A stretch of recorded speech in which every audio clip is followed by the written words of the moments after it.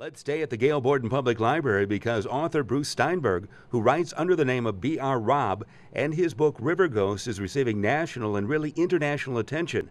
Steinberg will appear at the library on Thursday, July 24th from 7 to 8 p.m. talking about his book and more. It's being published by Thompson Gail, and it's in the mystery genre. The story is about Richard Hill, who witnesses the murders of his parents by a neo-Nazi. His father is African-American, his mother is white. And based on his testimony as an 8-year-old child, they get the conviction, the death penalty. 16 years later, DNA evidence coupled with his own testimony exonerates the killer. Or maybe not the killer, that's the mystery. And the rest of the story deals with the issue of who did what, and of course I won't tell the ending, but that is the mystery. Thursday, July 24th from 7 to 8. Tell me what you'll be doing when you appear at the Gail Borden Public Library. Well, what I like to do is talk about how I got to this point. I started writing in 1994, working 12-hour days as a lawyer, being a husband and then a father, getting up at 4 in the morning and dealing with rejection.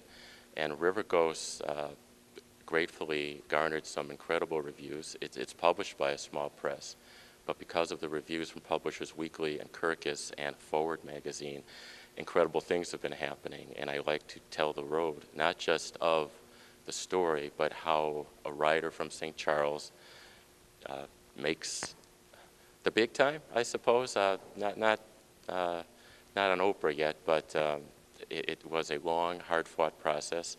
And I think I've got a lot to say. I'll bring my rejection letter so people can moan along with me. Kirkus Reviews receives about 200 requests a day, 6 days a week, and so they had about 3,000 to 4,000 requests for reviews. Only 6 got a starred review that were fiction out of that number, and River Ghosts was one of them. I think I had lockjaw for about 2 minutes when I looked at that and called my publisher to make sure what it was. And then Publishers Weekly, another one of the big 4 reviewers, gave an extremely kind review. And that has caused me to garner a nice New York agent and some attention overseas. And the first print run sold out in about 10 days, and they are scrambling to get another one going. So this is quite a pleasant surprise and humbling, but very grateful to have that happen. And you said you're normally an attorney, so you're dabbling in writing and getting this great response. Well, criminal defense work, I could not have written this book without the cases I've had, without the issues I've seen, and without the nuances of the personalities of the courtroom. This book deals a lot with racism and death penalty and DNA evidence, and I packed it into a mystery story that is straightforward, and people have been enjoying it. I'm grateful to hear. To register online for this event for July 24th, you can go to the Gail Borden website at www. Before we close, let's check in with a couple of wonderful events that took place on Saturday, May 31st. On the west lawn of the Gail Borden Public Library, there was sunshine, music, and awards. As Miriam Lytle of the library staff tells us more. This is our farewell to the Tapestry of Freedom today.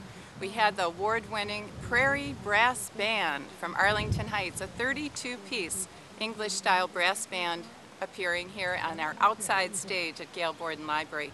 It's their premiere on the Fox River. Today we recognize more than 100 people that were involved with the Tapestry of Freedom project in many organizations. We'd especially like to thank the Elgin Area Historical Society and the Public Museum and the Commission, the Heritage Commission, and the Human Relations Commission of the City of Elgin. It was simply an incredible day on the west lawn of the library with a nice crowd on hand.